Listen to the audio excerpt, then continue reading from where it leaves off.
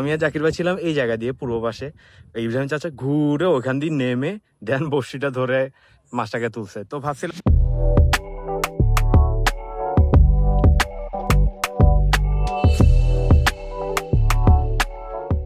আসসালামু আলাইকুম, সবাই কেমন আছেন? আশা করছি ভালো আছেন। আমি আলহামদুলিল্লাহ ভালো আছি। আজকে সকাল থেকে যে কি পরিমাণে বৃষ্টি আসা যাওয়া করতেছে বলার বাইরে। সকাল থেকে মেবি আমি টি শার্ট 3টা চেঞ্জ করছি। কারণ হচ্ছে সকালবেলা আমি যখন ফ্রি ছিলাম বলতে সকাল সকাল আসার পরে চাচাদেরকে দিয়ে টুকটাক কাজ করাচ্ছিলাম। তো তখন বসে বসে কি করবো, তো চাচাদেরকে এদিকে কাজ করাচ্ছিলাম, আমি ওইদিকে বসি ফেললাম, বলি যে দেখি কি হাল অবস্থা। তো বসি ছিল ছোট ছোট বড়শিটা দিয়ে আমাদের ওই ওই যে যে বালুর পুকুর আছে ওখানে খাদ্য টাদ্য দিয়ে মোটামুটি আমি কিছুক্ষণ বসে আছি। মানে মাছ একটা যে কি পরিমাণ জ্বালাইছে সকালবেলা বলার বাইরে। পাঙ্গাস মাছ ছিল, মাছ মাঝারি সাইজ, আহামরি বেশি বড়ও না। কিন্তু ও মানে ছোট বড়শি তো বড়শিটারে টেনে ভেঙে বড়শি সহ নিয়ে দিছে টান।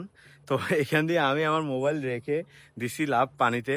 এখান দিয়ে জাকির ভাইকে ডাকলাম, জাকির ভাই এদিকে কাজ করতেছিল, উনি সহ দেখেন। দেন আবার ইব্রাহিম চাচাকে ডাকলাম, আমরা 3জন মিলে নেমে পুরো পুকুরে তন্ন তন্ন করে খুঁজে লাস্টে এমন অবস্থা হয়েছে সে পুকুর মানে বড়শি সহ ডুবে ফেলছে। কিছুক্ষণ পরে দেখি যে একদম আমাদের ওই যে খামারের একদম দক্ষিণ পশ্চিম কোণা দিয়ে আস্তে করে বড়শিটা উঠে আসছে। দেন আমি আর জাকির ভাই ছিলাম এই জায়গা দিয়ে পূর্ব পাশে।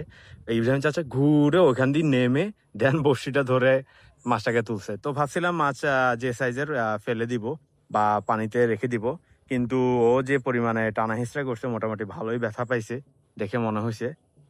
তো এই জন্য আর বলি যে থাক, রেখে দেই। এটাকে যদি এখন ছেড়ে দেই হয়তো বাঁচে কি না মরে এটা একটা কনফিউশন থেকে যায়। এই জন্য যেহেতু আছে মোটামুটি মাঝারি সাইজের মাছই, 1 কেজি 200-300 গ্রাম হবে মাসাল্লাহ, এই আর কি। তো যাক, ওইদিকে তো ওগুলো করলাম, এ ফাঁকে আবার বৃষ্টি আসছে, আমি চলে আসছি জাকির ভাইদেরকে দিয়ে টুকটাক আরো কাজ করাইতেছিলাম। হারুন চাচা এখানে একবার কারেন্ট আসতেছে কারেন্ট যাচ্ছে, লিটারও উনি ঠিক মতো ফেলতে পারতেছিলেন না। তো ফাইনালি যাক, এখন তো বিকাল হয়ে গেছে আর আমাদের খাদ্য আসছে, আগামীকালকে সকালে খাদ্য লাগবে। তো ওনারা খাদ্য আনতে গেছেন, আমি এই জন্য গেটের এখানে আছি। আর এই যে ইটগুলো দেখতেছেন, ইটগুলো আমাদের সব সময় দেওয়া থাকে এখানে। তো ইটগুলো এখন আবার সরানো হয়েছে ভ্যান গাড়ি বের করার জন্য, মানে যতটুকু স্পেস দরকার হয় ততটুকু সরাই দেন ওরা, ভ্যান গাড়ি বের করে আবার ঢুকানোর পর আবার দিয়ে দিবেন ইনশাল্লাহ। আর হ্যাঁ, সকাল থেকে আমি এগুলাই করাইছি, দেখেন আপনারা। আমাদের যেহেতু এখন ছাগল মাসাল্লাহ 9টা হয়েছে, আরো ইনশাল্লাহ হয়তো কাল পরশু আমি আরো কয়েকটা দেখবো, অন্তত মিনিমাম 2টা হইলেও নেওয়ার চিন্তা ভাবনা আছে। তো প্রায় 10-11টা ছাগল, ওগুলাকে একসঙ্গে রাখাটাও কন্ট্রোল করাটাও একটা ঝামেলা। কারণ হচ্ছে ওনারা টুকিটাকি এদিক সেদিক করবে। তো চাচাদেরকে বললাম, তো চাচারা আমি আসার পরে এটা ধরছি, এইখানে মোটামুটি এতটুকু পর্যন্ত গেছি। যাওয়ার পরে আবার বৃষ্টি শুরু হয়েছে, ওনারা শেষ করতে পারেন নাই।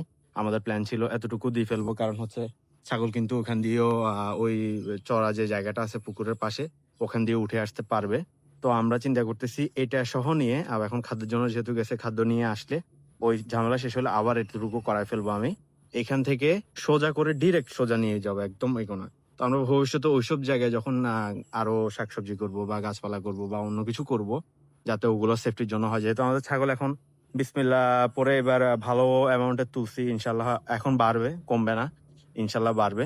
তো এই জন্য দিন দিন বাড়লে আরো হ্যাসেল হইতে পারে, আমাদেরকে জ্বালাবে। তো এই জন্য আমরা এই পারপাসে এটা করে ফেলছি। দেন গতকালকে তো আপনাদেরকে বলছিলাম যে আমরা গাছ যেটা লাগাইছি ওটাকেও ভালো করে সেফটি দিছি ছাগলের জ্বালা যন্ত্রণা থেকে বাঁচার জন্য, এই আর কি। তো প্ল্যানিং আমার সকাল থেকে এগুলো নিয়ে যুদ্ধ করতেছিলাম, কারণ একটা না করতে পারতেছে না। তো বৃষ্টি একবার আসতেছে একবার যাচ্ছে, একবার আসতেছে একবার যাচ্ছে, এই আর কি। একটা ঝামেলার মধ্যে আবার যেসব গাছ দেখতেছি ইয়া হয়ে গেছে, ওসব গাছে ছোট ছোট আহ ঢুলি বেঁধে দেওয়া হয়েছে। সবগুলোতে দেওয়া হয় নাই, সবগুলোতে ব্যবস্থা করব, সবগুলোতে লাগানো হবে। আর আমি আজকেই দিতে চাইছিলাম, কিছু চিন্তা করছি যে কিনা আনার থেকে আমার মনে হয় যেসব বাঁশ আমাদের ওয়েস্ট হয়ে গেছে ওসব বাঁশকে মাঝখানে ফালি করে করে ছোট ছোট করে করে, বা চিকন না মোটামুটি এই সাইজের ইয়ে করে সবগুলোতে দেওয়ার জন্য। তো এখন চাচারা মানা করতেছে, বলছে যেহেতু আমরা ঘেরাও দিয়ে ফেলছি আর এখন এগুলো ছোট বাতাসে ভাঙবে না, আমরা আরো কয়দিন যাক, শিকড়টা একটু সবল হোক, দেন ওনারা দিবে। কারণ এখন যদি আবার ওইটা গাড়াইতে যায় তাহলে শিকড়ে আবার একটু মানে এফেক্ট পড়তে পারে, মানে ওনাদের মতো। তো চিন্তা করলাম না, ওনাদের কথাও ঠিক আছে। উনি বলছে যে মানে দিলে দিতে পারে, কিন্তু এটা একটা ক্ষতি হইতে পারে হয়তো, যেহেতু এখনো শিকড়গুলো ভালোভাবে এই জায়গায় অ্যাডজাস্ট হয় নাই, এখনো সবল হয় নাই, এই আর কি। তো যাক, এইগুলো আর কি, সকাল থেকে এগুলো নিয়েই মোটামুটি ভালোই ব্যস্ত ছিলাম। এখন খাদ্য যেহেতু খাদ্য আনতে গেছে ওনারা, তো খাদ্যের জন্য গেছে, আমি এখানেই যেহেতু গেট খোলা আমি এখানেই আসি। মুরগির কিছু প্রোডাকশন, গতকালকে প্রোডাকশনটাও আমাকে গুনে রাখতে হবে, এই আর কি। তো এগুলা নিয়ে আসি, ব্যস্ত আছি। সকাল থেকে ভিডিও করার কোনো চান্সই পাই নাই। এই বৃষ্টি, এই রোদ, এই বৃষ্টি, এই রোদ, এখন আবার মেঘ করছে এই জায়গা দিয়ে, আবার ওইদিকে পরিষ্কার, মানে এই আর কি অবস্থা। এইভাবে লেগে আছে, কিছু করার নাই। তো যাক, ভিডিওটা আমি এক শটে শেষ করে ফেলতেছি, কারণ হচ্ছে যে আমার এখানেও থাকতে হবে, প্লাস মুরগির হিসাবটাও টানতে হবে। কিছু কাজ আছে, চাচারা আসলে দেন হয়তো আমি বের হয়ে যাবো, চাচাদেরকে কাজ একটু বুঝাই দিয়ে। বেশিক্ষণ থাকবো না, অলমোস্ট আমার মনে হয় 4টা বেজে গেছে। আর চাচারা খাদ্যকে সেটেল ডাউন করতে করতে মোটামুটি আরও ঘন্টাখানিক লেগে যাবে। তো মোটামুটি 5টা, 5:30 বেজে যাবে। গতকালকে আমার বের হইতে বেরোতে প্রায় 5:30, 5টার মতো, মানে 5:15টার মতো বেজে গেছিল, এই আর কি। তো যাক, সবাই ভালো থাকবেন, সুস্থ থাকবেন, আমার জন্য দোয়া করবেন। আর ইদানিং আমার হাতের ব্যথাটাও বেড়ে গেছে, যার কারণে আমি লং টাইম মানে ক্যামেরাটা ধরে রাখতে পারি না, ফোনটা ধরে রাখতে পারি না, এই আর কি। তো সবাই ভালো থাকবেন, সুস্থ থাকবেন, আমার জন্য দোয়া করবেন, আমার খামারের জন্য দোয়া করবেন। আর যেসব এফোর্ট দিচ্ছি, যেসব শ্রম দিচ্ছি, সবগুলা যাতে ভালো হয়, মানে সবগুলা যাতে ইফেক্টিভ হয়, এই আর কি, ওইটার জন্য দোয়া করবেন। আসসালামু আলাইকুম।